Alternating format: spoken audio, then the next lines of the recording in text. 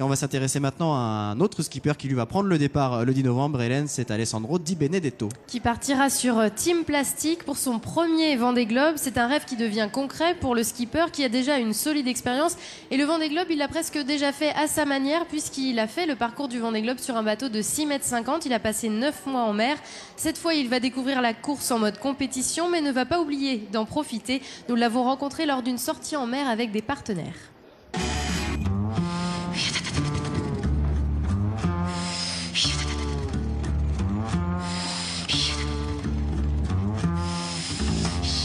He come off flat top, he come grooving up slowly. He got yo-yo eyeball, he won holy roller, he got. Alessandro Di Benedetto a derrière lui des défis impressionnants. La traversée de l'Atlantique Nord en catamaran de sport ou encore ses 9 mois passés seul en mer pour faire le tour du monde par les 3 caps sur un 6,50 m, un bateau 3 fois plus petit que celui qu'il a aujourd'hui entre les mains.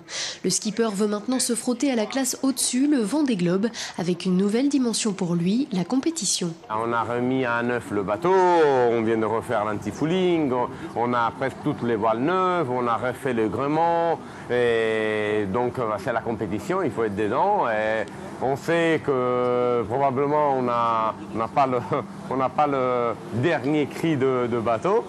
Et c'est pas pour ça qu'on va pas être dans la course.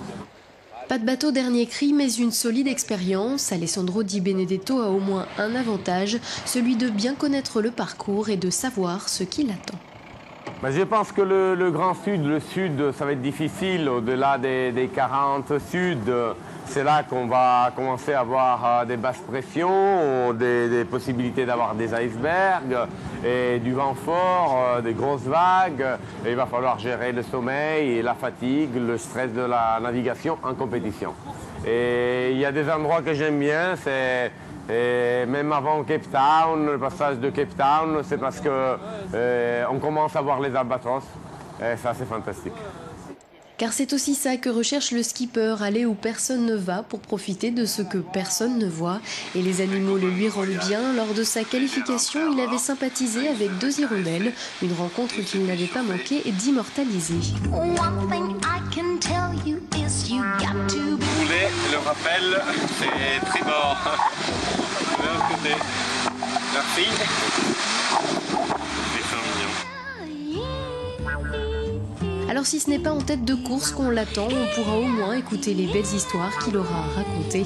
Sans oublier que comme toutes les grandes aventures, le Vendée Globe peut réserver des surprises.